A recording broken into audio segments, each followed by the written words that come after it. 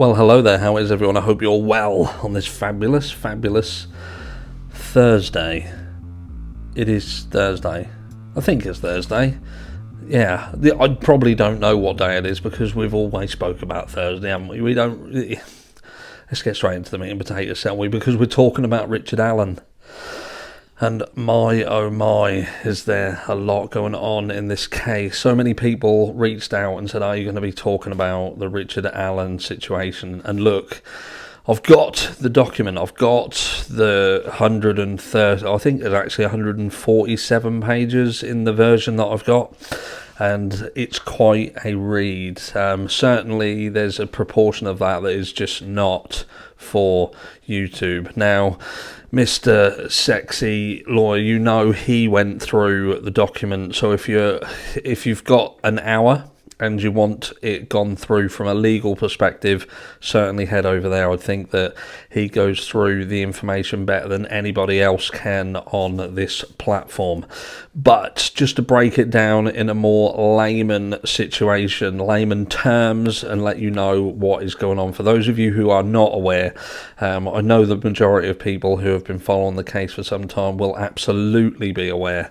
But, you know, Abby and Libby were killed years ago, and this case has took this long to get to the point we are now, which is a bit of a sideswipe from where we thought it would be, because where we thought we would be heading into a trial shortly that would be off the back end of Richard Allen, the man accused, having apparently, and I say apparently because obviously we don't have any absolute proof of it, but having confessed to the killings. But many have said, look, when you look at the state of Richard Allen and the guy's estate, make no bones about it, the system, while he has been waiting, and the prison with which he has resided, has not been kind to him.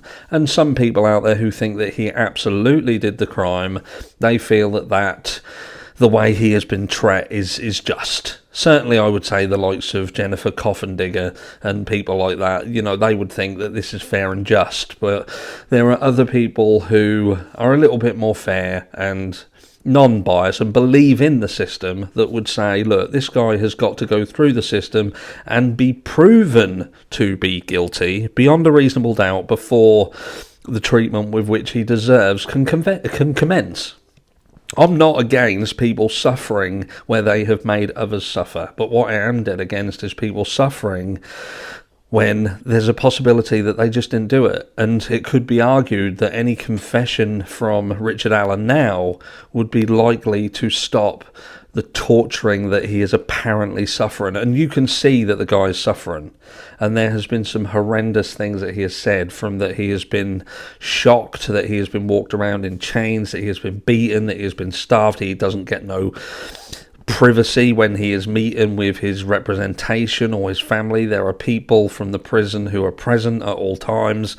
And look, it is what it is. I'm beginning to learn very rapidly that your system, even though there is this innocent until proven guilty, that absolutely is no such thing. And certainly when you've got law enforcement agents and even ex-law enforcement agents who seem to be pushing the less burn them at the stake kind of mentality, especially online, it's quite sad to see. And there are crossovers in this case with Richard Allen and the Idaho 4 case. And the way that I say that is because I feel that if you are naive enough to believe that this case now with Richard Allen is 100%, he's guilty, he did it, and this is now just an attempt by his legal team to try and get him off, then again, you are absolutely naive. Now, there are things in this new document that could be brought into question. There seems to be some sort of speculation and, you know, they're kind of guessworking on some of the things because they're trying to fill in the gaps. If Richard Allen didn't do it, then there's a potential these other people do it. And they are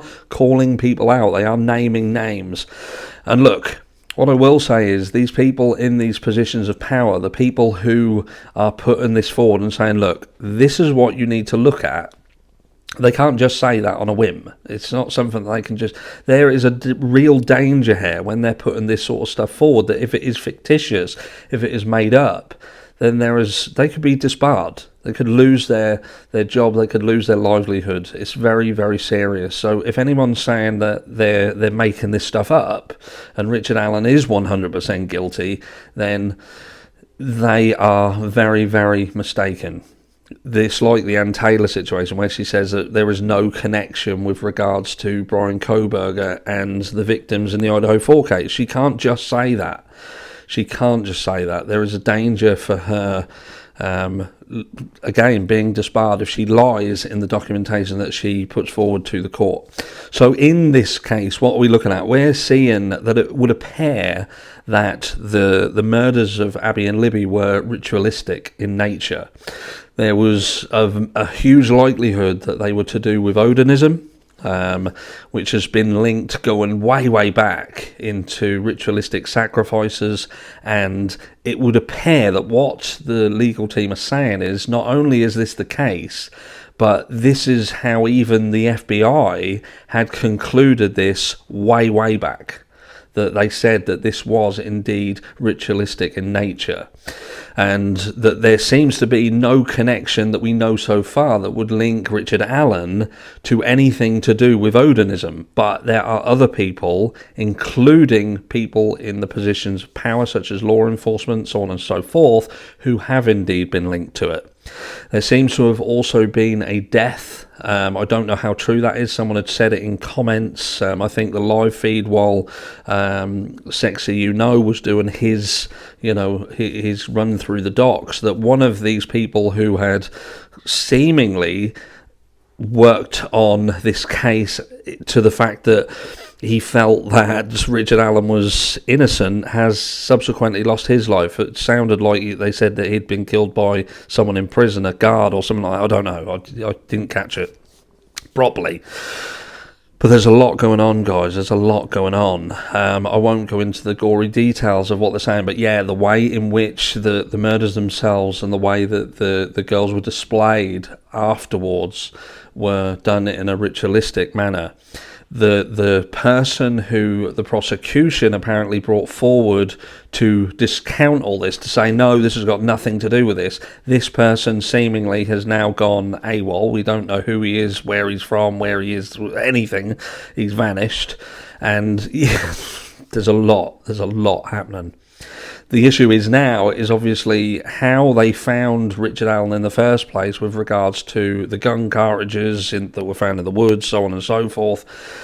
It's highly likely now that it could be said that this sort of chain of custody, if you like, how they found Richard Allen, is likely to be pushed forward as being manufactured by law enforcement. It seems that the people surrounding the case were ignoring many, many things and have overlooked many things to do with this case, including how one single solitary person could have done the crime itself. And they go into great detail with over 90 pointers that they're saying a single solitary person apparently would have had to have done this, and we don't see that that's even physically possible. And around the time they're saying that law enforcement around this case had agreed with that statement as well.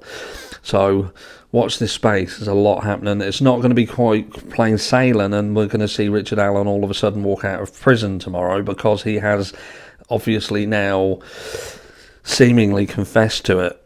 But this has opened a huge can of worms, because things are being said, people and organisations are being pulled out now and said, look, this is what we found, this is who we've found, and this was originally agreed with by even the FBI.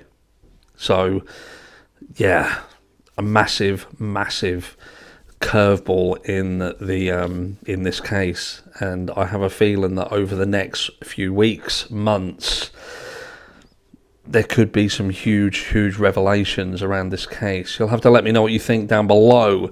But as this case unfolds and these details unfold, I will try and bring them all to you in layman's terms. And if you have any questions, do hit me up down below. I do have access to the doc. I've got everything. If you would like me to go through that documentation, I would happily do that. Again, let me know. There are certain things that we would have to omit from that, because there are some really, really graphic details in there that have no place on this platform.